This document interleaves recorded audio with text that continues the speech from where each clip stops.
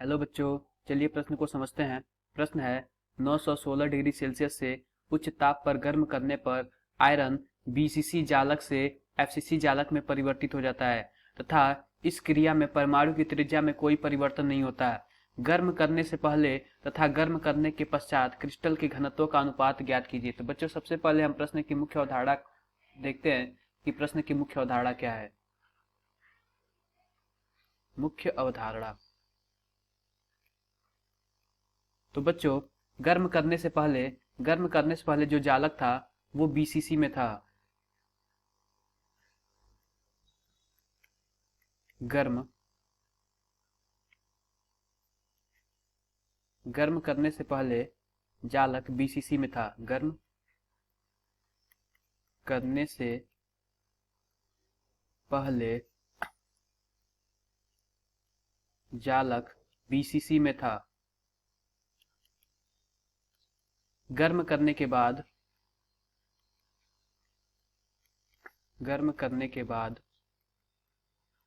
FCC में हो गया।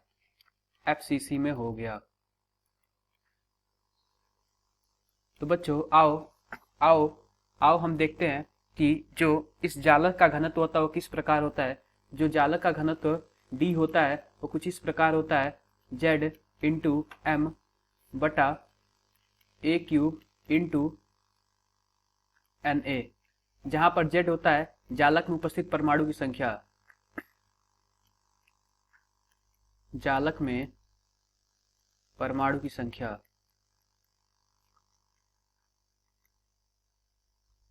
परमाणु की संख्या। एम जो होता है इसका आणविक द्रव्यमान होता है।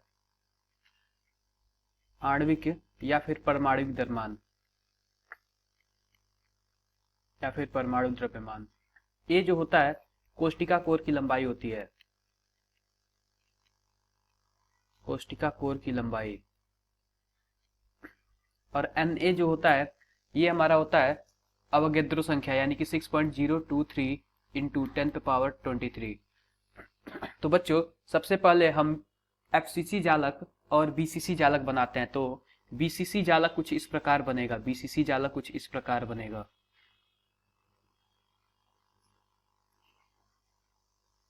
बीसीसी जालक कुछ इस प्रकार बनेगा। इसमें होता क्या है, इसमें क्या होता है कि इस घन के कोनों पर और दो कोनों के विकर्णों पर एक परमाणु होता है। यानी कि बीसीसी में जो जेड की वैल्यू होती है, जो जेड का मान होता है वो 2 होता है। तो बच्चों, अगर हम विकर्ण का ऐसे कुछ ले ले, विकर्ण का परमाणु मैं ऐसे ले लूं, तो क्या होगा कि इसमें जो त्रिज्या होगा 4r कुछ इस प्रकार होगा, √3a के बराबर होगा।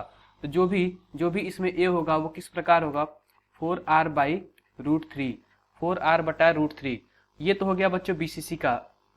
हम एफसीसी का देखते हैं। एफसीसी का क्या होता है। तो एफसीसी का जालक कुछ इस प्रकार होता है। एफसीसी का जालक कुछ इस प्रकार होता है। जो परमाणु होते हैं वो घन के कोनों पर और फलकों के मध्य उपस्थित होते हैं।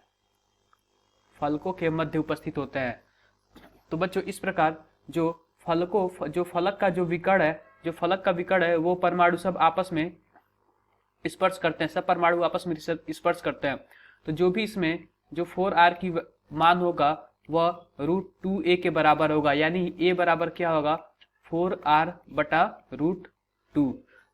तो बच्चों, हमसे प्रश्न में पूछा क्या है कि गर्म करने से पहले तथा गर्म करने के पश्चात क्रिस्टल घनत्व का अनुपात। तो गर्म करने से पहले ये बीसीसी में था और गर्म करने के बाद ये एफसीसी में बदल गया। तो आओ देखते हैं गर्म करने से पहले तथा गर्म करने के बाद। अगर गर्म करने से पहले उसका जो घनत्व था वो d1 था और गर्म करने के बाद उसका घनत्व d2 रहता है। तो आओ हम इसका अनुपात देखते हैं।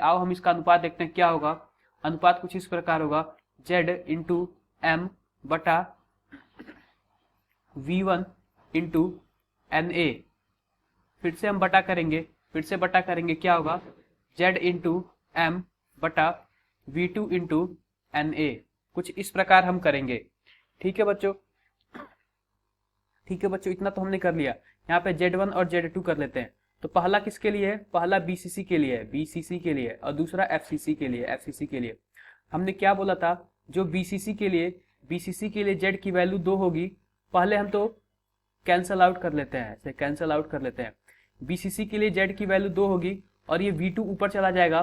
तो V2 हमारा क्या है? V2 हमारा जो है FCC का हमारा V2 है। तो FCC में V2 क्या होगा? कुछ इस प्रकार होगा, A का क्यूब होगा, A का क्यूब होगा। तो आओ देखते हैं बच्चों, A का क्यूब क्या होगा? 4R बटा √2 का क्यूब होगा। फिर से हम बटा करेंगे, FCC में Z2 की वैल्यू क्या होगी? वह 4 होगी। और फिर से क्या होगी? जो V1 होगा वो होगा कुछ इस प्रकार, 4R बटा √3 का क्यूब, इस प्रकार होगा। हमें इसको हल करने पे ये हम कट कर देते हैं, इससे ये कैंसल आउट हो जाएगा 2 बार में। R से R कैंसल आउट हो जाएगा, 4R से 4R कैंसल आउट हो जाएगा। बचेगा क्या?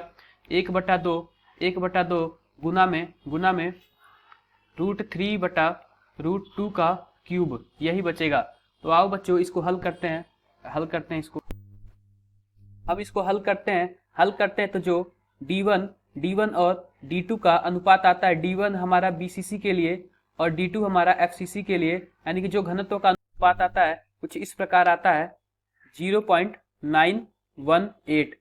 तो बच्चों यह हमारा D1 और D2 का अनुपात है, यानी कि गर्म करने से पहले और गर्म करने के बाद का अनुपात है उनके घनत्व का। तो बच्चों आशा करते हैं आपको मुख्य अवधारणा के आधार पर प्रश्न समझ आया होगा। धन्यवाद।